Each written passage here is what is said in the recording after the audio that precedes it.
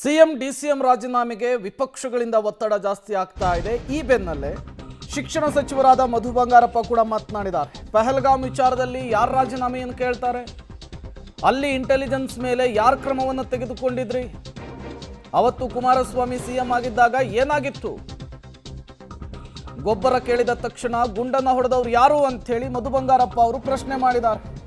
ವಿಪಕ್ಷಗಳಿಗೆ ಸಚಿವ ಮಧು ಬಂಗಾರಪ್ಪ ಅವರು ಪ್ರಶ್ನೆಯನ್ನ ಮಾಡಿರುವಂಥದ್ದು. ವಿರೋಧ ಪಕ್ಷದವರಿಗೆ ಟೀಕೆ ಮಾಡುವುದು ಒಂದು ರೀತಿಯ ರೋಗ, ಕಾಯಿಲೆ. ಏನೇ ತಪ್ಪಾದರೂ ಕೂಡ ಸಿಎಂ ಸಿದ್ದರಾಮಯ್ಯನವರು ಕ್ರಮ ವಹಿಸಿದ್ದಾರೆ. ಸಿಎಂ ರಿಸೈನ್ ಮಾಡಿದ ತಕ್ಷಣ ಇವರು ಆಡಳಿತ ಮಾಡ್ತಾರಾ ಅಂತ ಪ್ರಶ್ನೆ ಮಾಡಿದ್ದಾರೆ. ವಿಪಕ್ಷಗಳ ಟೀಕೆಗೆ ಸಚಿವ ಮಧು ಬಂಗಾರಪ್ಪ ತಿರುಗೇಟು ಕೊಟ್ಟಿದ್ದು ಹೀಗೆ.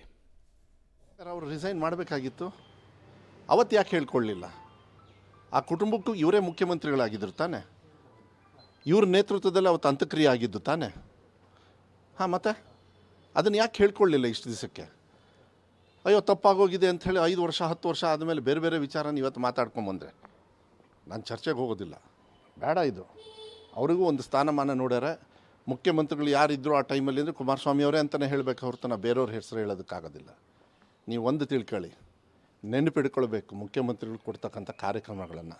ಆ ಕಾರ್ಯಕ್ರಮದಲ್ಲಿ ಅವ್ರು ಯಾವತ್ತೂ ಕೂಡ ಜೀವಂತವಾಗಿರ್ತಾರೆ. ನಾನು ಇರ್ತೀನಿ, ನಾಳೆ ಇರಲ್ಲ. ನಾವು ಯಾವತ್ತು ಶಾಶ್ವತವಾಗಿ ಬದುಕ್ತೀವಿ ಅಂದರೆ ನಾವು ಕೊಟ್ಟಿರ್ತಕ್ಕಂಥ ಕಾರ್ಯಕ್ರಮಗಳು, ನಾವು ಮಾಡ್ತಕ್ಕಂಥ ಯೋಜನೆಗಳು. ಇಂಥ ದುರಂತ ಒಂದು ಮಾನ್ಯ ಮುಖ್ಯಮಂತ್ರಿಗಳು ಹೇಳಿದರು, ಇತಿಹಾಸದಲ್ಲಿ ಆಗಿಲ್ಲ. ಮನಸ್ಸಿಗೆ ನೋವಾಗ್ತಾಯಿದೆ, ತಡ್ಕೊಳಕ್ಕಾಗ್ತಾ ಇಲ್ಲ. ಆದರೂ ಕೂಡ ಇದನ್ನು ಸರ್ಕಾರ ಮುಂದೆ ಯಾಕೆ ಇದಾಯಿತು ಅದ್ರ ಬಗ್ಗೆ ನಿರ್ದಾಕ್ಷಿಣ್ಯವಾಗಿ ತಗೊಳ್ಬೇಕು. ಆಯಿತು, ಇವರು ಮುಖ್ಯಮಂತ್ರಿಗಳು ರಿಸೈನ್ ಮಾಡಿದ ತಕ್ಷಣ ಇನ್ನು ಕುಮಾರಸ್ವಾಮಿಯವರು ವಿಜೇಂದ್ರ ಅವರು ಬಂದು ಇಲ್ಲಿ ಕೂತ್ಕೊಂಡು ತೀರ್ಮಾನ ಮಾಡ್ತಾರಂತ ಏನು ಮಾತಾಡ್ತಾ ಇದ್ದೀರಾ? ಆ ಯೋಗ್ಯತೆ ಅವರಿಗೆ ಇತ್ತಲ್ಲ. ವಿಜೇಂದ್ರ ಅವರು ನೆನ್ಪಿಡ್ಕೊಳ್ಬೇಕು. ಯಾರು ಗೊಬ್ಬರ ಕೇಳಿದವರಿಗೆ ಬುಲೆಟ್ ಹಾಕಿ ಹೊಡೆದಿದ್ದು ಯಾರ್ರೀ? ಮಾತಾಡಬೇಕಾ, ಅದನ್ನ ಚರ್ಚೆ ಮಾಡಬೇಕಾ? ಅದಕ್ಕೆ ನಾನು ಹೇಳಿದ್ನಲ್ಲ, ನನಗೆ ಹೋಲಿಕೆ ಮಾಡೋದಕ್ಕೆ ಇಷ್ಟ ಇಲ್ಲ. ಇವತ್ತೊಂದು ಸಂದರ್ಭ